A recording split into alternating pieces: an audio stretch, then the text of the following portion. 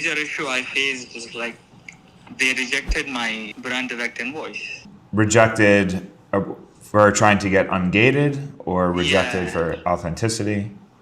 ungated. Okay. Did they give you any detail why they rejected that invoice?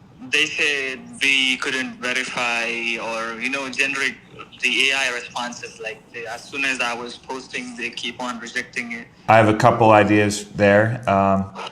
This is going to sound crazy, but you can try rotating the invoice 180 degrees in your PDF editor and send it upside down. And often the AI or the bot scanning the invoice can't tell what it is, and then that triggers a manual review of the invoice. That can sometimes help.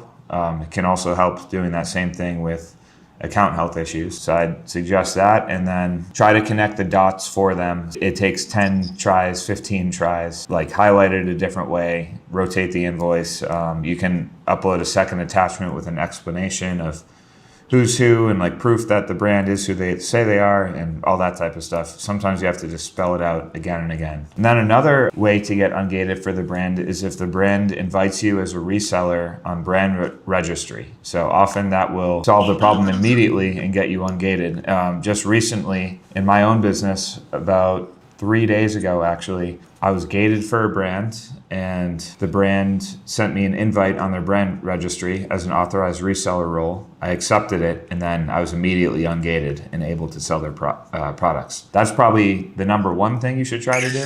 Short of that, yeah, try the first two things I said. And I'm glad to hear that you've received enough free value that it's actually been able to land you some brand direct accounts. So that's awesome. Definitely. A lot of times these brands have really high pricing when I call them.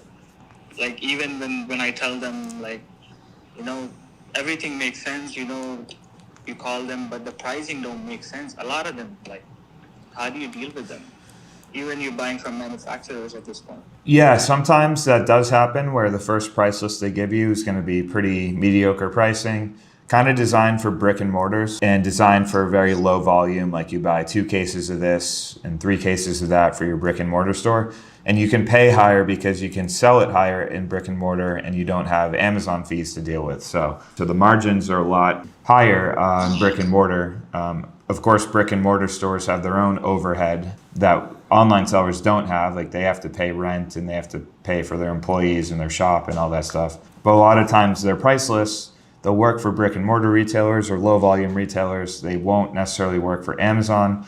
A lot of times the name of the game for Amazon, you have to hit their absolute highest volume tier and negotiate the pricing down to be able to do that. What I'll do if the pricing just doesn't work, if it's break even, I'll just be straight up and honest with them and say, after fees, if I were to purchase this product, I would make 19 cents a unit or something. And then after returns and after shipping, I'd be losing money. Yeah.